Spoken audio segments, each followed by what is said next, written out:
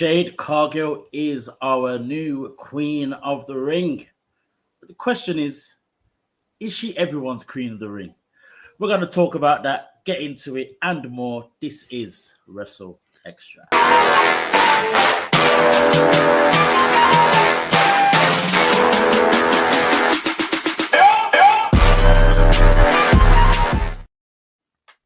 Yo, this is WrstlXtra. I'm your boy, A Dazzle, the Black Wrestling Advocate, joined by my trios team.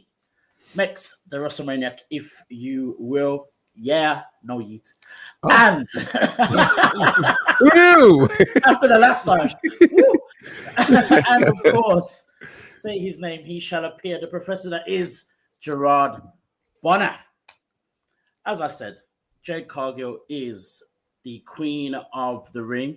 Of course, defeated Asuka in the final at Night of Champions in Riyadh, Saudi Arabia. It has been mixed reactions, both as she was coming to the ring and after her winning the crown as well. Mixed reactions in so many different ways. Of course, the crowd in Riyadh booed her as she was on her way into the ring. Very interesting indeed. But we've also kind of heard those murmurs amongst the US crowd as well when she's been there. A few kind of, always mixed opinions about Jade, amongst fans on the socials and all the rest of it as well.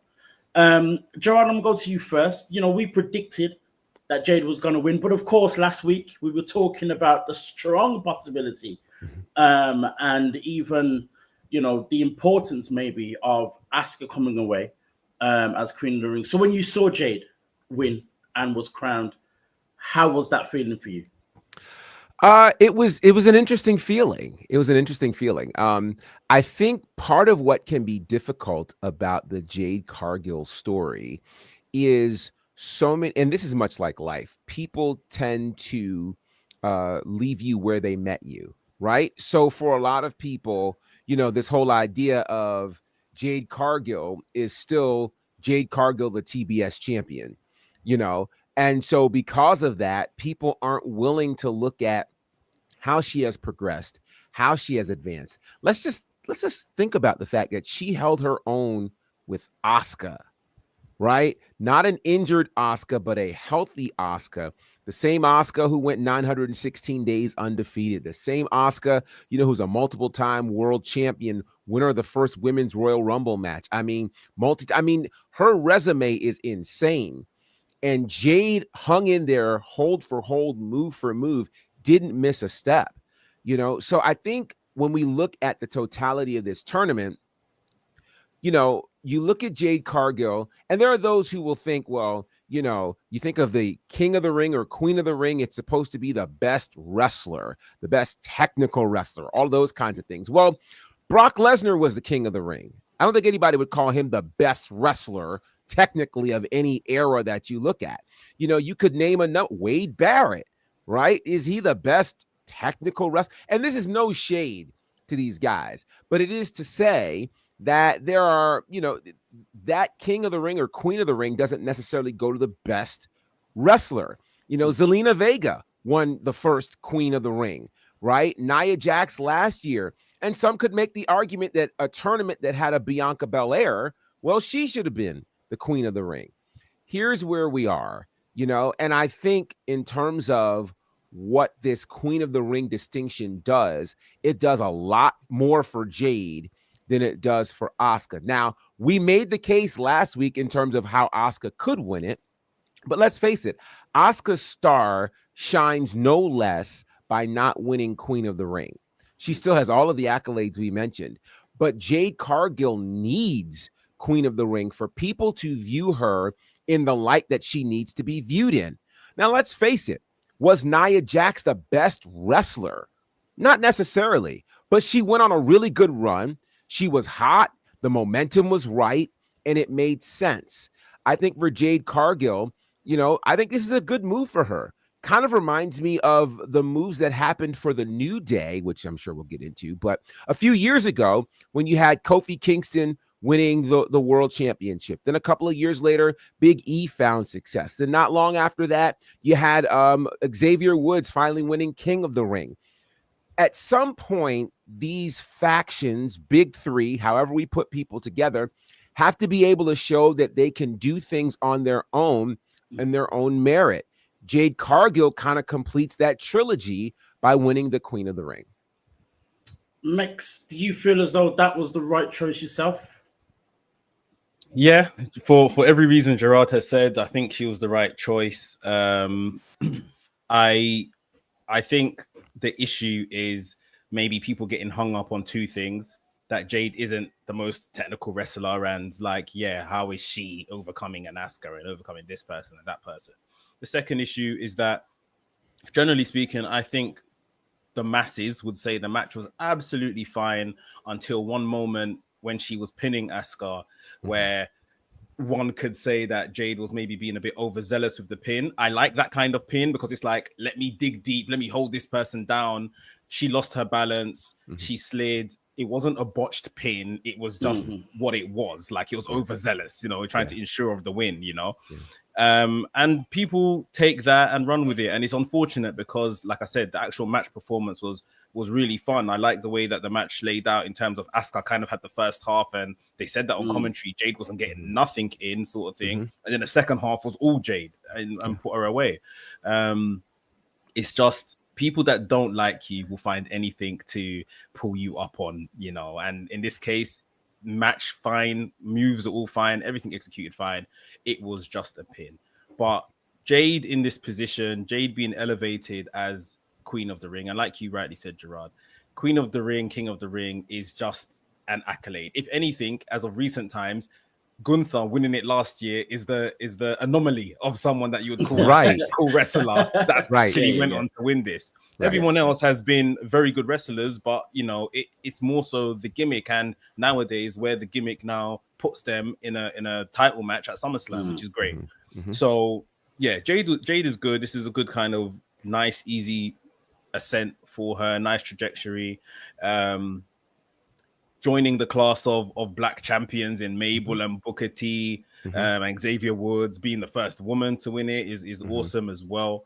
Yeah, I just feel like it's the right time. The story's right. Where we see this going, which I'm sure we all know where this is probably heading to, is looking brilliant. So this is all we can ask for, really. Kind of some long-term storytelling, elevating others. So yeah, it was my decision to make her win as well. And yeah, I'm happy that they went through with that.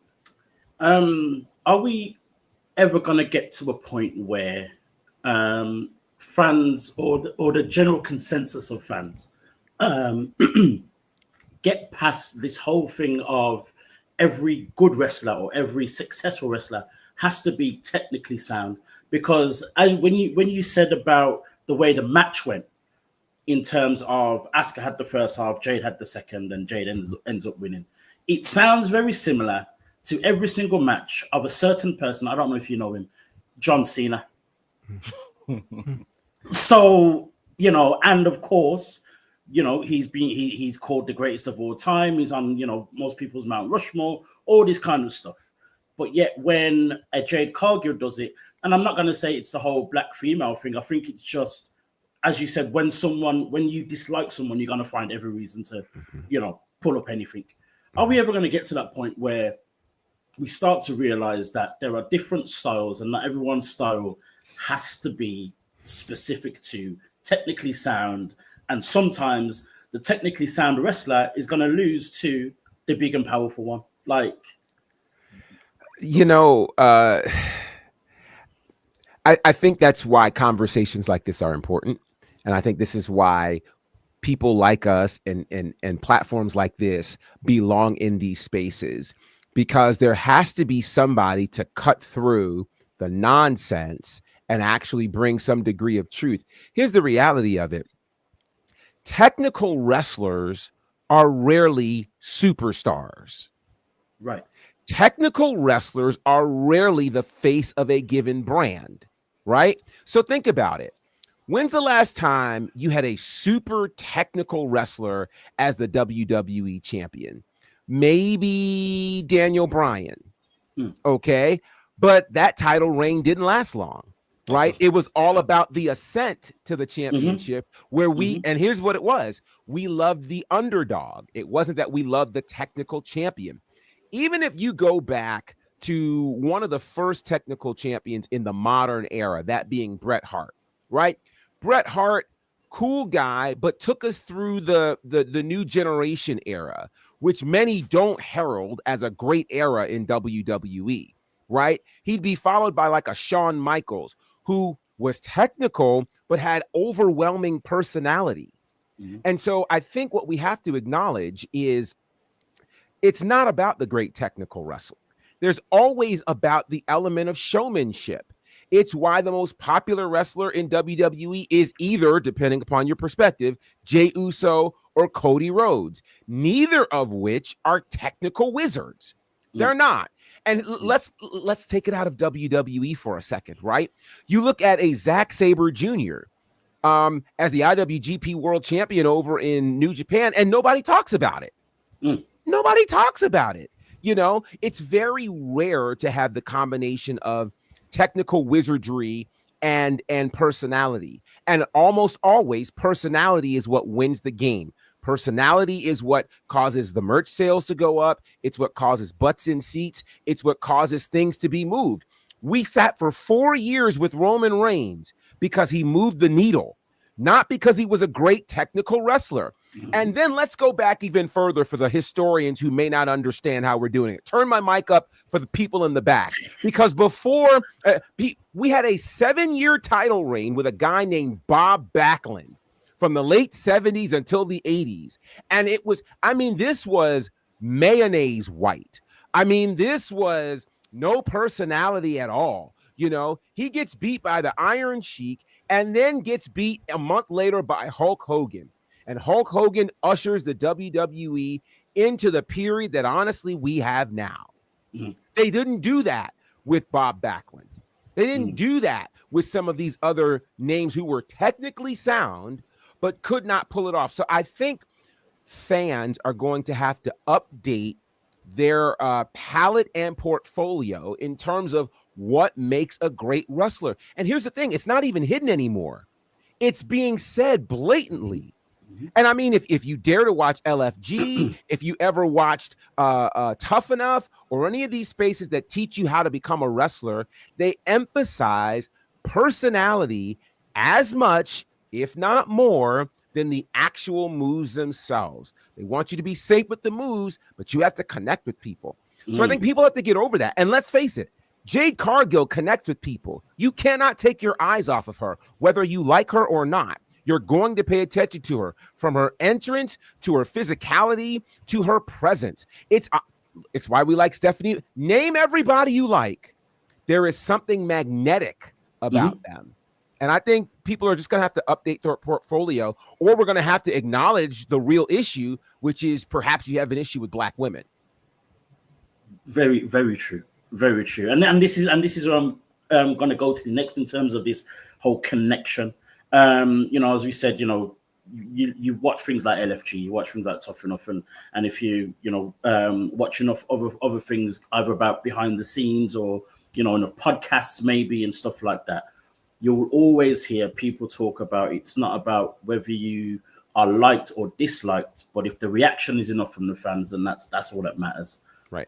But we're in this space with Jade, and we've talked about this before. We're in this space with Jade where she's getting the negative reaction when at the moment WWE are trying to portray her as a face.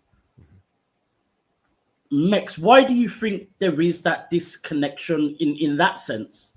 And what is it an issue? Is it an actual issue? I think it's an issue that WWE continuously miscast people. You're not giving them the best fighting chance. I think she can come in as a baby face and, oh my God, Jade, and all the pageantry they done around her when she arrived, I thought was excellent. But with time, and I know they're telling this story with Naomi and stuff, but I think we can all see it. Whether you watched AEW or not, she's a natural heel. Yes. And she gives heel energy in not that she's arrogant, but it's like a certain confidence and aura she carries herself with that it's like it's heel energy sort of thing. So whilst you're casting her as a baby face, we've spoken about, you know, when Naomi attacked her, it was very much okay, who done it? Like it was very little sympathy for Jade. Right. Very little sympathy for Jade. And if your babyface can't get sympathy in those kind of situations, they're not a babyface. They're either not a babyface or people don't care. And people do care about Jade. So the answer is she's not a babyface. Right. You've just put her in the wrong position. I think it's a thing where like Jade is a heel. They need to establish that. I think they're gonna have a tough time around booking her and Tiffany Stratton, that story towards SummerSlam, because Tiffany's another one who is very much cheered and is a baby face, you know, by script, but she has heel tendencies as well. Big time. So, Big time. Heel tendencies, heel mannerisms, like a heel attitude sort of. So yeah, it's how they book those two in like segments and stuff will be very, very interesting to see. Yeah, like you said, the Saudi crowd weren't the warmest to Jade, even with her positive messaging after the match and stuff like that. But ultimately, you know, Jade is someone that you've mentioned, you know, you're talking to Gerard about. It's just all, it's great. It's not all presentation, sorry, but that is her bag. The bag is presentation, right? Right. And I've got a lot of stick over the last 48 hours because I compared her to Goldberg in the sense that Goldberg was very much presentation. I'm not talking about nothing about in-ring, but like, people said like Goldberg was better and people said that's a disservice, but like ultimately Goldberg was a top draw in this industry in his heyday. Like it is not an insult to compare her to someone like that. And just to wrap it up, if you had like, if someone said like, I don't know if you guys are into ice cream, let's say, and someone said, right, this is your own ice cream parlor, you can eat as much ice cream as possible, but everything in there is vanilla. Every ice cream cone, every bucket, every tub of ice cream is vanilla. You're going to be bored. So why people are here wanting everyone to be a technical wrestler? They don't want someone to be, you know, right, this person is heavy on the presentation. This person's a great talker, great character. Like, you can use this analogy for if you owned a pizza shop. You can use this analogy for if you watch Friends on TV. Like, they're not going to give you 7 of the same people with the same character. There's dynamics, there's different characters, everything. So why we're demanding Jade to be like something that she's not? At the same time, this is someone that started wrestling, what, the best part of 6-ish years ago now, like 6-7 years ago. Like, you're not going to become a technical wrestler like to that extent, you know, in that time frame with the lack of reps she's had. Right. Like she never done any like house show circuits or anything like that. No indies or anything like that. Like, we have to be realistic, cut our cloth accordingly. And yeah, the only thing I really have to complain about Jade is just the miscast character, really. Like, she's not a baby face. Hopefully they can work a way around it with her and Tiffany, but that's the only place she may struggle, because you know how fans are nowadays. If we do get the eventuality of her winning the title for Naomi to then just cash in or whatever, people are going to cheer Naomi. And ultimately, that shouldn't be the case if things are done correctly. We'll see. That moves me on to, well, it kind of gives me the avenue for 2 different questions, but I'll go with one and then the other, because the other one's more of another subject. But, you know, we talk about this whole thing of people being miscast or fans cheering a heel, for example. Gerard, is it really an actual problem? Because at the moment, you know, we've just said about Jade being miscast. I've heard talks of, you know, Seth Rollins being cheered, even though he's the heel at the moment, and all that kind of thing. For me, it's more about people cheering something good or something done well, done right. So when we eventually had, you know, people cheering for Dominic Mysterio when he won the Intercontinental Championship, even though he's been booed for the last 20 years of his life, you know, like it was because it was pulled off correctly, it was done right, all that kind of thing. And it doesn't, I don't think it necessarily means that then that person has to become a face. Just keep doing what you're doing with that person because it's correct. But in the case of Jade now, as I said, you know, we're getting this mixed reaction and she's probably getting more dislikes than she's getting likes, and she's got these heel tendencies. Does it mean that she has to become a heel? It doesn't mean that she has to become a heel, but I think much to Max's point, you know, what connects the most is what you naturally represent. Mm. And so I think if she becomes a heel, she can use the fans' response as an easy avenue to do it. And it would make the most sense because that's naturally who she is. You know, and so I don't think it's a requirement. I mean, if you go back to the Attitude Era, what made it Bizarro Land half the time is because people were cheering for whatever they liked. Mhm. Stone Cold never changed his behavior. Mhm. People just started cheering it, you know, and they went with it. I mean, think about it. We have not since seen someone who's a baby face give people the finger, right? Like, we haven't seen it. Stone Cold did all of the heel things and people loved him. To this day, Mhm. they're wearing Austin. Think about this. The Austin 316 movement was technically sacrilegious. Mhm.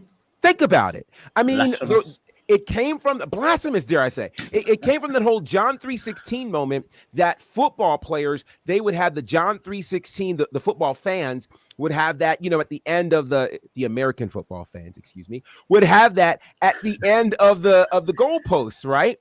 So, but they never replaced it with like Cowboys 316. You know, they never called it Eagles 316. So for Stone Cold Steve Austin to literally take a Bible verse in 1996 and say, I'm going to turn it into what I would say, and then add an expletive to it, that is sacrilegious and blasphemous at its core. Yet it was the biggest selling t-shirt in WWE history. And people still hear it. And you, so my point is, you don't have to change your behavior for people to like you or dislike you. I think for a Jade Cargill, you know, it is about really leaning into who she naturally is and who that, and that's not even who she started out to be. I mean, all of her behavior on socials, everywhere else, it is heel tendencies. Mhm. Baby faces do not get on there, show their bodies, and say, I'm that B. They don't do that. They don't do that. So I think, you know, imagine Bianca Belair doing that, who one could argue is qualified to do that. Imagine her getting onto the socials, showing a picture of her in a bikini and saying, I'm the BEST or something like that, right? She would never do that. And so I think we have to look at what's heel tendencies, what's face tendencies, and I think let people lean on that. So if she does go heel, it's not necessarily because the fans are doing what they're doing. I think the fans doing that gives the easy avenue to make that happen. So the other thing I want to get to, Mix mentioned, you know, the eventuality of, so Jade is, you know, about to face Tiffany Stratton at SummerSlam for her Women's Championship. We're all expecting at some point in some way, almost even at SummerSlam, after the end of the match, boom, Jade wins, Naomi comes in straight away, cashes in, Jade becomes champion. Naomi. I think that's, I mean, Naomi becomes champion, sorry. I think that's the general consensus amongst most fans, and that's what they expect. But there is talk of WWE being very hard on Jade actually having her moment. So there's the strong possibility now that Jade will win at SummerSlam. Naomi won't cash in or will struggle to cash in. I don't think it's going to be a failed cash in. Please, Lord, no. But it won't be straight away. We're expecting, or probably expecting, Naomi to maybe stalk Jade for a while, and you know, then eventually it happens after a while. Mex, what do you think would be the better outcome here, or the better story? Would it need to be straight away, or can it still work if it's after a while? I think the better story would be immediate. I think I might have said this here before. Like, I always remember back to Roman Reigns winning the title, Sheamus bro kick, pins him, Roman is left in a heap of confetti with no title. Mm-hmm. I think that would be excellent for Jade. Have all the pageantry, she thinks she's won it, and out of nowhere she gets hit with that like hip attack or whatever Naomi calls it, and yeah, maybe rolls into the corner, she does her finisher, and that's about it. Because seemingly, if reports are to be believed from Fightful, Jade was meant to be women's champion already. And if the timeline kind of adds up, it may be when Naomi writ her off. Maybe, I don't know if she actually had an injury. I don't know if that actually ever came out. If she had an injury, or maybe they just sent her back to keep working. But yeah, she was meant to be WWE Women's Champion already, as per the report. And I can only imagine. So I think for the way I'm booking it is that she can like taste it almost at SummerSlam, but then Naomi takes it away again. That gives Naomi her run. That furthers their feud. That puts more heat on their feud. And then maybe a situation where either a big three or just a straight up Naomi versus Jade at WrestleMania, and Jade wins there. I think something like that could be pretty nice, to make Jade kind of go through the rigors of it all again, to get her opportunity. And you've satisfied Naomi's cash in and title run. But yeah, I think it could be. I don't know if I trust them to book it week to week and, you know, have a little run initially, like right now sort of thing. So, yeah, I think just while Naomi's hot as well, you should just strike, get the briefcase out the way. Yeah, you don't want her to have the briefcase for too long, because I guess the Rumble is going to create another number one contender ultimately. So, yeah, I think more immediately, let her have the win and then let Jade just feel like I almost had it, and it gets taken away from her.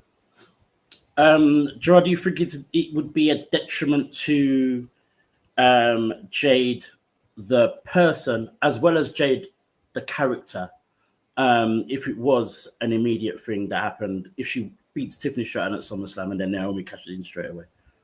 I think the only way it's a detriment if WWE is not committed to Jade as the babyface. I feel like if Jade is the babyface, this has to happen for us to finally get some sort of sympathy for her. Again, we have no reason to sympathize with her. And let's think about it. Jade has not been, I mean, outside of this attack that happened back in November, Jade has not faced any hardship. When she came back, she was dominating those encounters with Naomi. I mean, she beat the brakes off of Naomi at Elimination Chamber. You know, every time they encountered, she beat her up, that type of thing. Have you looked at this woman? She's made out of granite, right? Seemingly no body fat on her. So most women are looking at her saying, I wish I could have her body, right? And then the guys are mad because they know she's married. So there's no space where we feel sympathy for Jade Cargill, right? At least with Bianca, we felt sympathy because her friends cut out on her. You know, she got robbed of title shots, and, you know, then you get Rhea Ripley raining on her parade for WrestleMania. Then she loses for the first time. Like, we have reasons to sympathize and empathize with Bianca.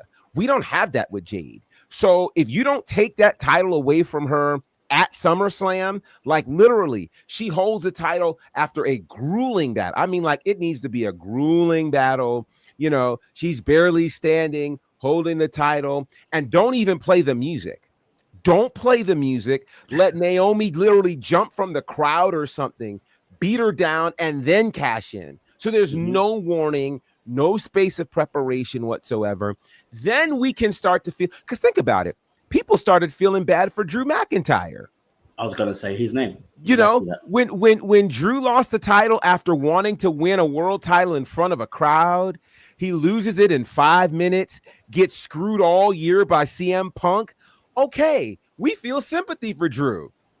We need reasons to feel sympathy for Jade Cargill. And the easiest and most effective way to do it is to let her finally be the world champion and let it get ripped from her in like 10 minutes.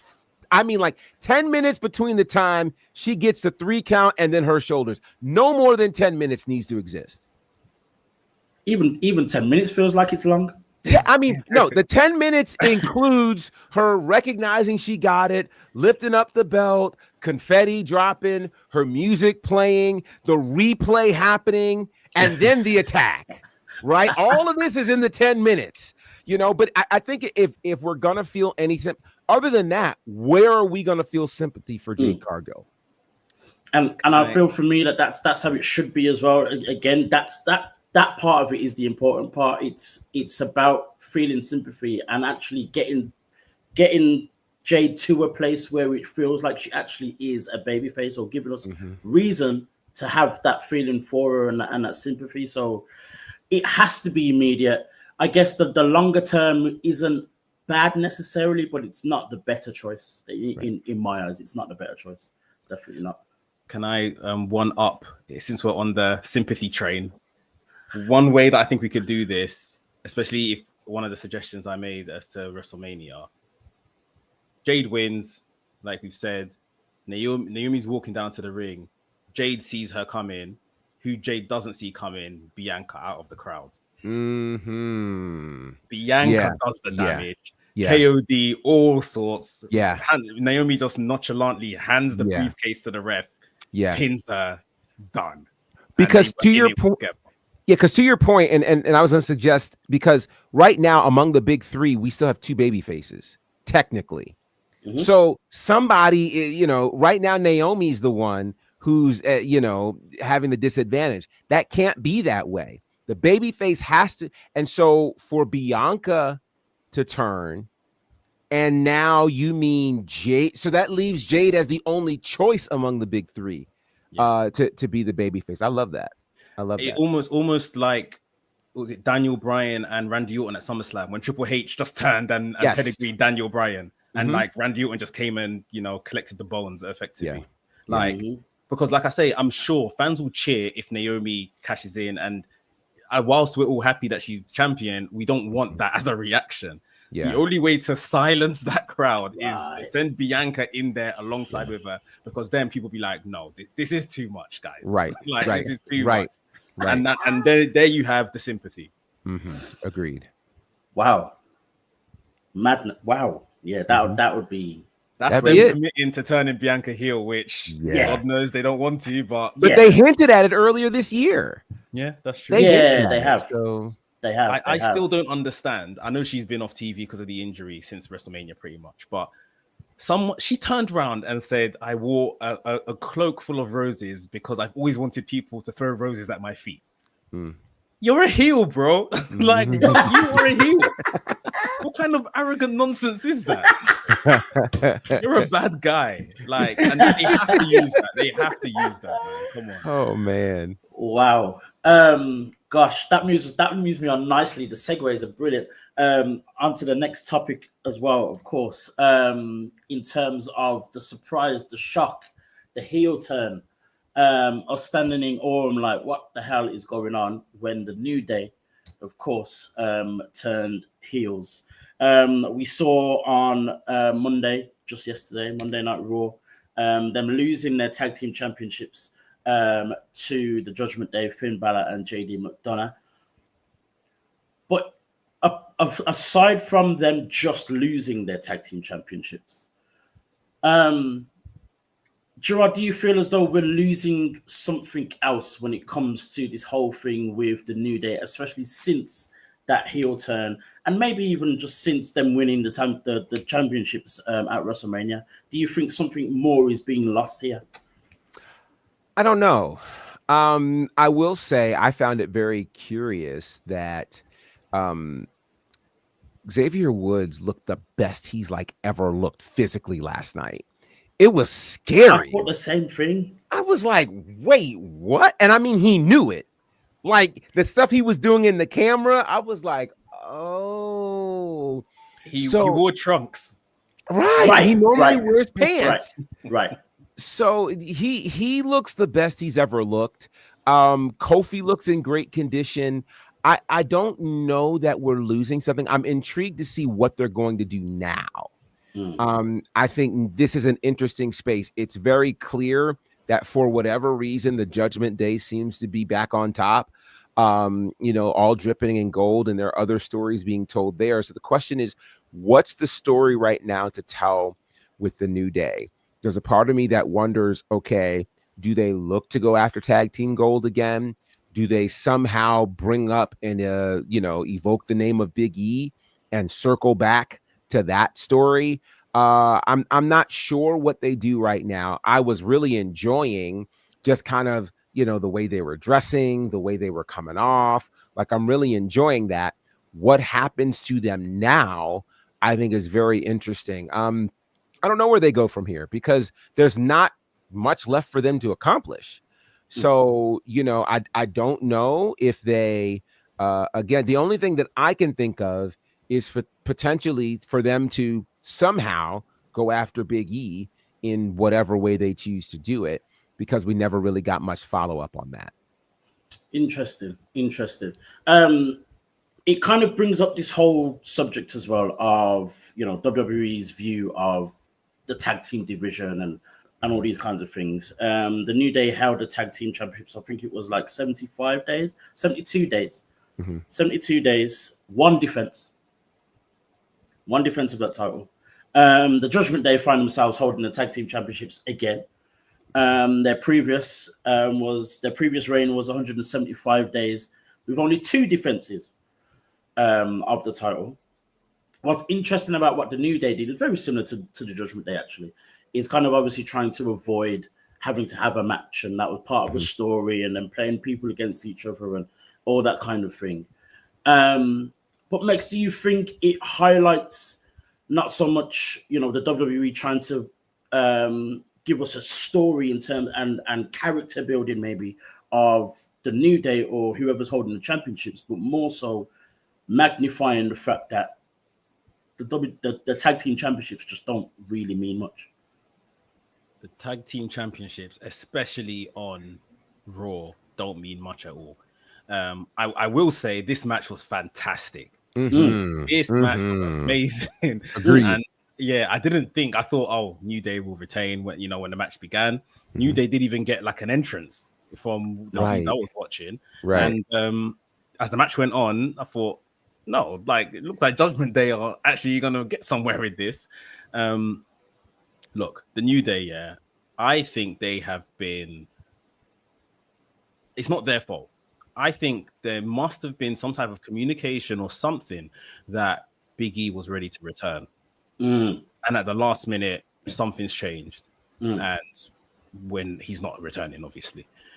Because to give us everything they did in the build-up and, the 10th anniversary and whatever, and wheeling out Big E, it's almost like maybe not there on the night, but like we had said, maybe Royal Rumble or somewhere, like he was planning to return, and unless he had a setback or something like that, it just doesn't make sense. Because even with the heel turn, they've done next to nothing. They've won the titles at WrestleMania, cool, brilliant, and then since then they haven't really done nothing. As always, as talents know that they have the use of the internet these days, and through WWE.com stuff, they've tried to kind of create other avenues of interest to the act, but they just don't really care about the Raw Tag Team division. And yeah, it just hasn't really worked for the New Day. Like, this was, for me, their best outing of the entire run since they've turned ill. And all they've went and done is lost the titles, effectively. Right. Yeah, I think character-wise now, I can't see where they go. I can't see what's next for them. The Big E returning thing, I mean, I hope he's well, and I'd love to see him return, and maybe that's what they're setting it up for. SummerSlam would be a big occasion if WrestleMania was too soon. But I don't know. Like, the rumors were like, you might get a New Day versus Usos match at SummerSlam. People were saying by then the Lucha Brothers will be together, and there'll be Lucha Brothers versus New Day. But right now, New Day haven't got no titles. And as for the Judgment Day, I think it's a nice little story beat that now they all have titles and Liv isn't there. Right. So it's like, I don't know, we listened to Finn and now it's worked out, or whatever the case is. But yeah, I don't know what these guys can do now, the New Day, because especially like you say, Xavier has worked to get himself in a great physical position. So it's like, let's not let that go to waste. Right. They've still got something to offer on TV. It's just a WWE to commit to whatever that is. You know, we're talking about this whole thing of the tag team championships not really meaning much in WWE, and we go back over to SmackDown and, you know, seeing what has happened, not on a whole in terms of the SmackDown, you know, tag team championships. I'm sure it's not called that anymore, but anyway. But, you know, we had this whole thing for probably about 3 or 4 weeks with the Street Profits holding the championships. We don't really see them. People, you know, all the other teams were on our TVs more than they were. But eventually, of course, they had their defense on Friday and defeated the Wyatt Six.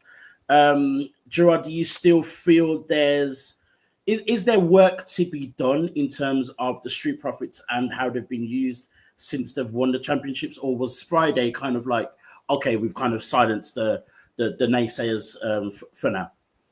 You know what's so interesting about the Street Profits is they have literally taken lemons and made lemonade. I mean, people talked about how, man, they should have been on the WrestleMania card. Instead, they end up on the Smackdown after Mania and have what many are calling the greatest TLC match of all time. Then they turn around and you would think they should end up on Night of Champions. After all, I don't believe a single tag team match was on Night of Champions. And instead they end up getting the Smackdown the night before. You know, it's tough. I think the challenge is blooming where you're planted, right? Like, okay, if this is the spot you're going to give me, I'm going to make it so significant that you're going to think to yourself, man, that should be great on a PLE. Now, I think we also have to consider what the greater move is. Many of us would think that the PLE is what people are working towards, since that's the system we're accustomed to.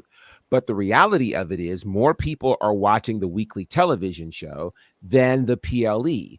So if the argument is let's get them in front of more people, then putting them on SmackDown is the right move. I don't know enough to be able to accurately confirm if you get a larger payday for working the PLE or not, right? I can't necessarily speak to that, but I can say if this is about, you know, eyes on the product and eyes on the people, then it's a good thing that they're getting highlighted on SmackDown as opposed to, say, Main Event or something like that. Now, the interesting anomaly in all of this is a Karrion Kross, who did not end up wrestling on weekly television, has had backstage segments and suddenly ends up in a PLE moment on Night of Champions where he's not fighting for a title. And it's a match that arguably should have been on Raw since it was just built on Raw. So you could argue, okay, well, why would that match end up on the PLE and not the Street Profits? Is that because they were in Saudi and wanted to have something specific for Sammy to do? I don't know. You know, so I don't necessarily want to make a case out of that, given the anomaly of the Saudi pay-per-view or PLE. I think the real question is going to come with a 2-night SummerSlam. I think after the 2-night SummerSlam is where we can really make a conversation. All right, are the Street Profits being slighted or not? Because think about this. They have 1 month to fill 2 nights of SummerSlam with an Evolution Saturday night's main event and Great American Bash mixed in there. So I think they're going to be absolutely looking for matches for these 2 nights. If the Street Profits don't end up on night 1 or night 2 of the first ever 2-night SummerSlam, I think then we might start saying flag on the play. Because at this point, you're saying WrestleMania, they came back at the Royal Rumble, right? So I don't believe they were on for Elimination Chamber. They've not been on. So that means if we don't get something on a 2-night SummerSlam where there's clearly plenty of opportunity, all year long, we would not have seen the Street Profits on a PLE, which seems egregious. And at that point, we can go, why are they being left off the PLE? So to me, it feels like SummerSlam is kind of the do or die. It's a major problem in WWE, full stop, because it's tag teams in general. Like apart from WrestleMania and the New Day being on there, with the War Raiders, who have seemingly disappeared off the face of the earth. Yeah, like it's just a case of that's the only yearly that hosted any tag team match in the last year. Like, so at this point, especially if I'm the champion, like they do, I'm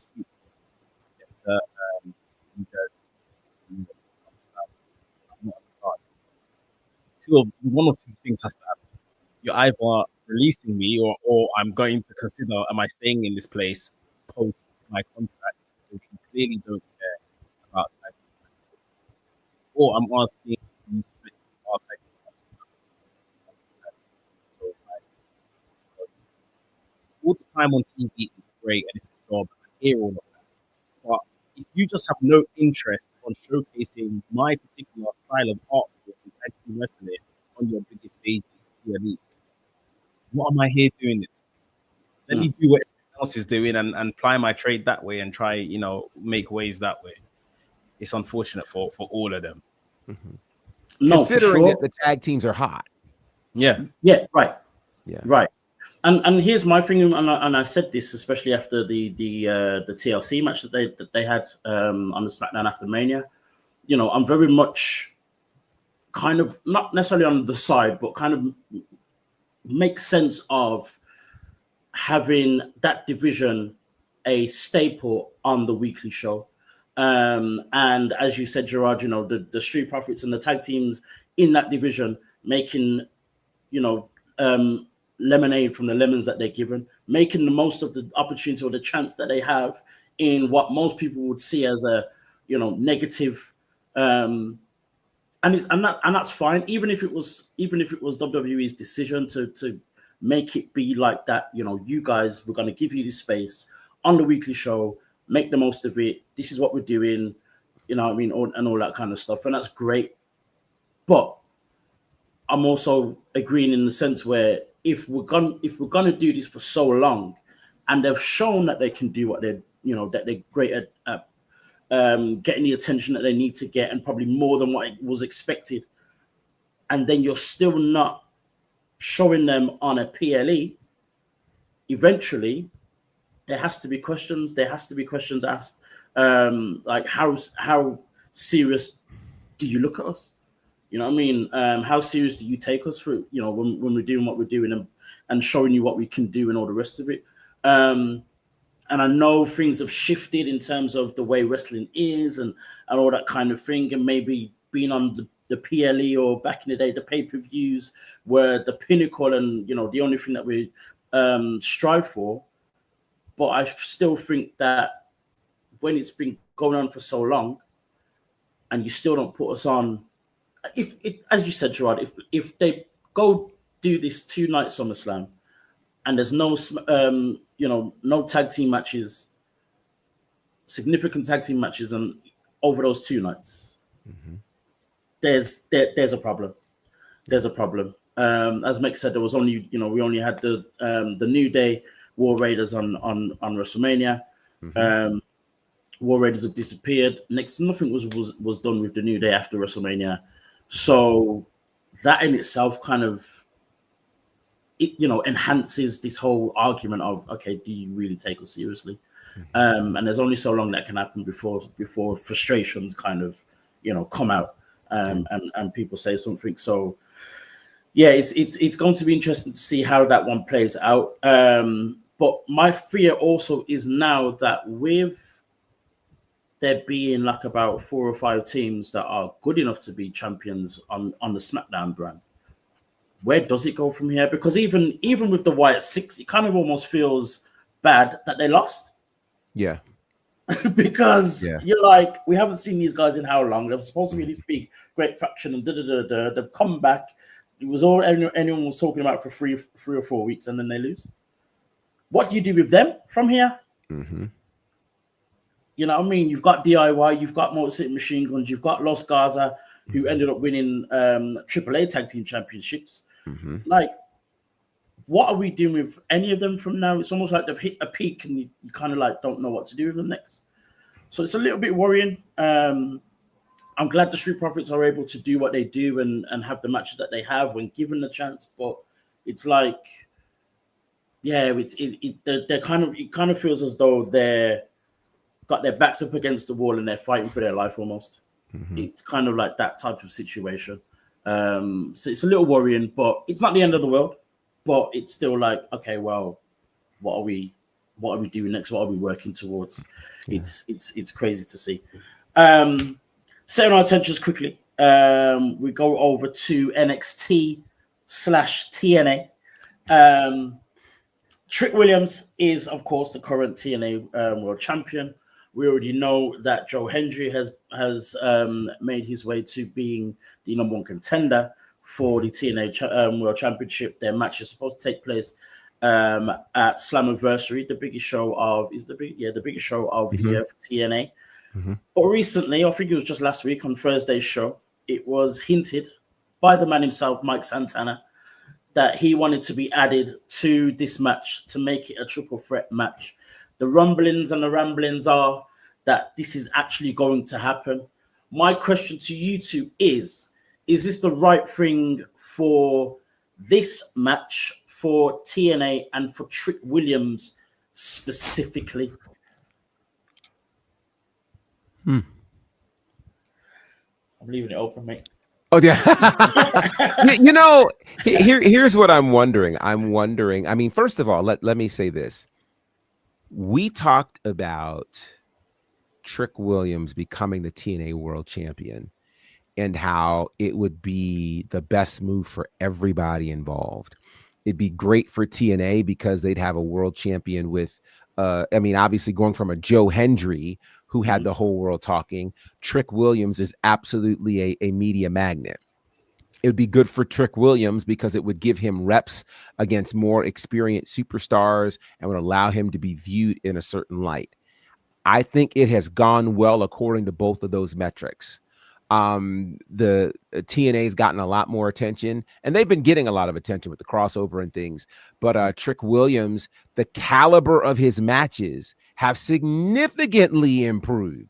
Nobody can deny that. I mean, he had a banger last week against Josh Briggs, and you would not expect that on paper for the TNA World title. But it was great. His match against Mike Santana was great. His match against Joe Hendry was great.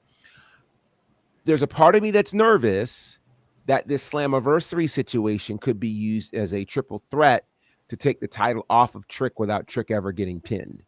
And I'm not crazy about that. I think this needs to go on a bit longer to establish Trick Williams again as a stronger wrestler, but also as a worthy TNA champion, which I think he's doing. Quite frankly, he has not had a lengthy title reign of any kind.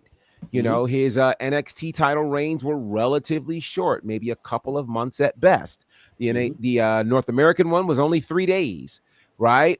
So I think he deserves the opportunity to represent that brand at least until Bound for Glory in October, which at this point would give him a 4 or 5 month title reign.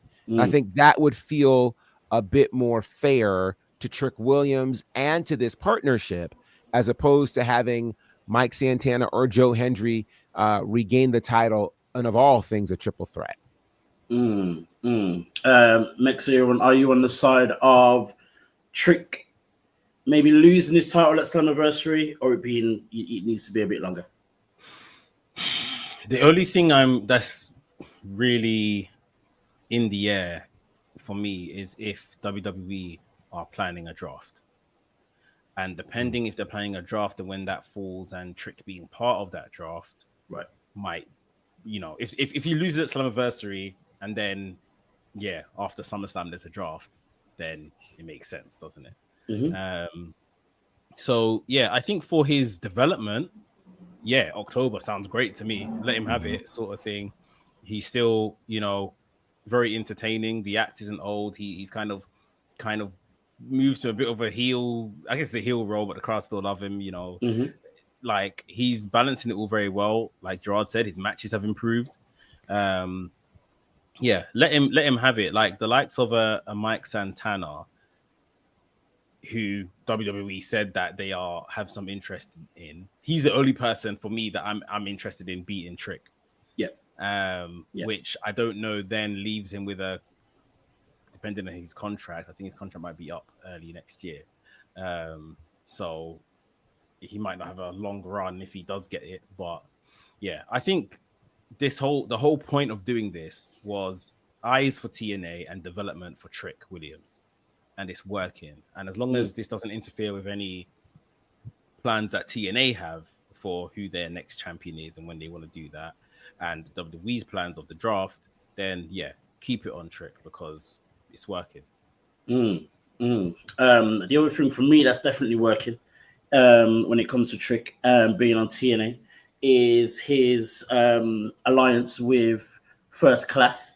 I think that's been absolutely phenomenal. I think is probably something I even think of, but it's absolutely perfect. You know, we've seen AJ Francis again in NXT. He had a great match with Mike Santana on TNA, the street fight that they had. We're getting to see the personality of Casey Navarro. Many people wouldn't know of at all beforehand. And I think that works perfectly. I actually, more than it just simply being about Trick holding the championship, I think for me, I want to see them three together more as well. I think it's just been fantastic. And it's interesting as well how he's kind of got the whole heel end of the locker room in TNA on his side as well. Even with Moose. Like, that just feels weird, but it works. Yeah. It's crazy. But speaking of Moose is also facing, he's set to face Leon Slater for the X Division Championship. I'm going to ask the question straight up. Does Moose walk away as the X Division champion, or is it Leon Slater's moment? This might be where the title changes. Ooh. I think Leon Slater has had a phenomenal year in TNA. And eventually you can only flirt with that position a certain amount of times, you know. True. You know, some would argue that he had it all won. What was that event where he got the spear? The the X Division match. Ultimate X. Ultimate X. Ultimate X match. Yeah. But I can't remember the pay-per-view, but yeah. Ultimately, yeah, people would argue he should have been champion since then, sort of thing. He's had that little hill to overcome. Moose is definitely a good foil for him. And yeah, like I think this is one thing that TNA have done very well that other promotions, WWE and AEW, don't. Like, they've given this young man such an opportunity, and they're going to crown him, I believe, in the right way. I believe Leon Slater should win this match, and ultimately, then that keeps the youngster not looking elsewhere because they don't feel they're being underappreciated where they are. I'm not saying he's going to be a TNA lifer. You know, the chances are he does move on to bigger, you know, very soon, because he's that kind of talent. But when they're kind of feeding these young talents, which helped make the X Division what it is, you know, with championships and opportunity, it keeps them there, keeps them hungry, it keeps them wanting to do well for the brand. So I think that's where we are. I've always said, respectfully, I don't feel like this championship is for Moose. I think Moose is above the X Division anyway. To be a foil for a young man to come in and topple, ultimately, I'm here for it. So yeah, it's definitely Leon Slater's time to get this done. To echo everything that you said, you know, Moose is now the second longest reigning X Division champion in TNA history. So you've got that. You know, he doesn't need to hold it much longer. I'm sure they don't necessarily have to get him to the place where he becomes the longest reigning X Division champion. I believe him holding that title again is just another thing to add to his bag as the face of the franchise or Mr. TNA, you know what I mean, and things like that. And for Leon Slater to say that he defeated Moose is just phenomenal. And again, to echo the whole thing of, you know, keeping the youngsters happy and it being a stamp of the X Division. I mean, even something that he said, he was on commentary guest commentary on Thursday, and even he said that he is, currently the only person within TNA, especially within, kind of like actively in the X division, that embodies what the X division is about and has always been about. So you've got that as well to take into consideration. We've seen these youngsters come through as X Division guys and then become bigger things. AJ Styles, Christopher Daniels, Frankie Kazarian, Chris Sabin, so many Ace Austin, Trey Miguel, so many that have been there. And I think it just makes sense. He's been dabbling with the Hardy Boys. He's been saving everyone. Like, it has to happen. It has to happen. And the last thing I want to talk about real quickly is a match that we're probably very much expecting to happen at Slammiversary, which is Cedric Alexander versus Mustafa Ali. Oh my gosh. Gerard, just how important do you think that will be for Slammiversary itself? Huge, absolutely huge. It's very rare that you get to have a WrestleMania rematch of sorts happen outside of WWE, but we get to have that in a place like TNA where these guys are going to cook. So yeah, this is going to be huge, absolutely huge. And I think it's going to be, I don't want to say that because I don't want to put pressure on them, but let's just say it has potential to be a match we are significantly talking about for the remainder of this year. Very true. Very, very true. And lastly, Gerard, just talk about Cedric was in North Carolina for ASE Wrestling's Return of the King. Just give us your quick synopsis of that event and how everything kind of went down. Incredible event. We were coming from the Slingshot Social Club, a new venue for us. It was totally packed. People all over the place, and so many great reports coming out about this show, which of course featured Cedric Alexander, his return to the Carolinas against Yaya, a game-changing match. I mean, which is why Cedric versus Ali is going to be crazy, because he's cooking everywhere. Everywhere. So a huge win for Cedric Alexander, and then some of his comments afterwards were a wee bit shocking.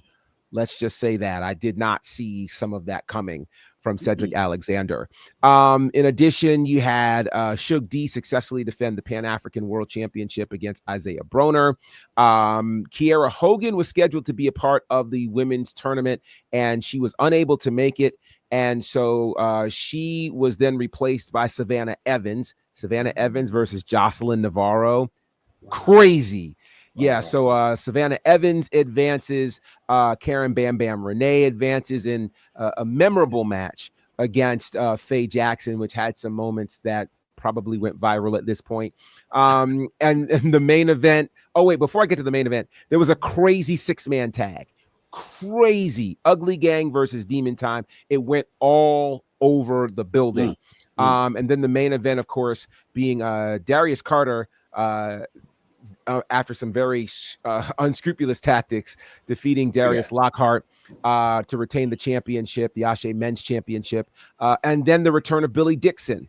So it was wild. Now, here's the thing. For those who might have missed it, it streamed live on the ASE Wrestling YouTube channel and the ASE Wrestling Twitch channel. It is still up now, so you guys can go check out the full event and get ready for the next big event, ASE 10, coming July 26th, back in Charlotte, the Slingshot Social Club. Just amazing, amazing time. What a run right now for ASE Wrestling. Wow, we've got to number 10 already. Wow, that's crazy. Yes, this is number 10. This is crazy. That's mad. Mex, I didn't even think to do this, but it just popped into my head. Tell me very quickly about Del Boy's Hustle Wrestling debut, please. Because that just looked madness. The only word I can use is proud. I'm just so proud of him. From the day he said he was going to start training to kind of excelling in it so quickly that they were willing to put him into the role. We go there, we just do our hosting thing and that's it. And we leave. He's pretty much the voice of Hustle because he does the ring announcing. But yeah, to then get in the ring, do things so well. And he is someone that, I would call a student of the game, even if it's just one match or whatever, because he just knows all these moves. He can tell you moves like anything. Like, so it was really kind of satisfying to see just like one of your brothers get in there, the crowd going crazy for him. To an extent, I felt bad for the other wrestlers in there with him because I was thinking, yeah, just excellent, you know, well revered, well loved inside the hustle community, and yeah, he gave a great performance, popped the crowd, just all the greatest hits. Like it just had to be there. It was just one of those moments. So hopefully it's not one and done. He keeps going. I don't know how far he wants to take it, but as long as he's enjoying it. But yeah, it was a really, really good night. It looked phenomenal, man. Just from the clips from different people's stories or the rest of it, like it just looked crazy.